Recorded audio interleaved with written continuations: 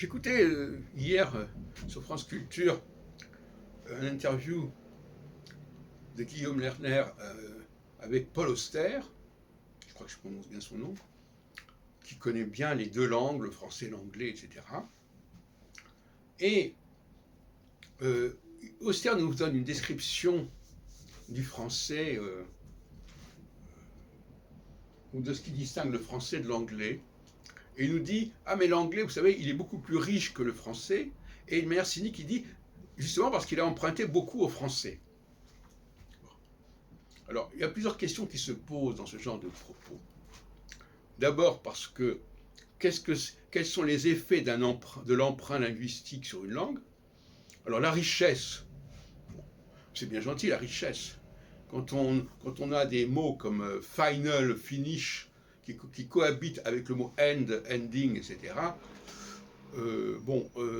Sur le plan sémantique, c'est très morphosémantique, ça devient très très compliqué et ça n'est pas très formateur intellectuellement. Moi, je crois beaucoup aux enfants qui doivent explorer leur langue. Il faut que cette langue ait une cohérence, ait une logique. Or, l'anglais manque totalement de cette logique, puisqu'il est constamment truffé de synonymes. Mais l'autre point que je voudrais mettre en évidence, que j'ai déjà abordé ailleurs, c'est la question de la richesse au niveau de la prononciation. Là aussi, l'anglais a beaucoup emprunté en français, mais il a mal emprunté au français. Il n'a pas su s'approprier la richesse vocale du français.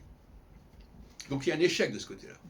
Donc il a emprunté le lexique, et parfois de façon totalement servile, puisqu'il a gardé dans 80% des cas l'orthographe d'origine, mais il n'a pas respecté la prononciation des mots français. Or, il y a tout un génie du français dans la façon de gérer l'écrit. Pourquoi? Parce qu'en fin de compte, il y a une tradition orale du français qu'on acquiert quand on naît en France et que c'est sa langue maternelle, et qui n'est pas enseignée, tout simplement, qui n'est pas enseignée. Et les gens qui ont appris le français à l'école, et qui n'avaient pas un bagage préalable, eh bien, ils ont appris un français qui ne tient pas debout. Et donc, nous vivons en France avec un français à deux vitesses. Un français vivant, qui est un français qu'on acquiert en naissant, si on peut dire, et un français artificiel, qui est celui que les Anglais nous ont emprunté, finalement, parce que le français, ce n'est pas une langue qui se traite à la légère. La plupart des Français parlent une langue dont ils ne connaissent même pas les règles.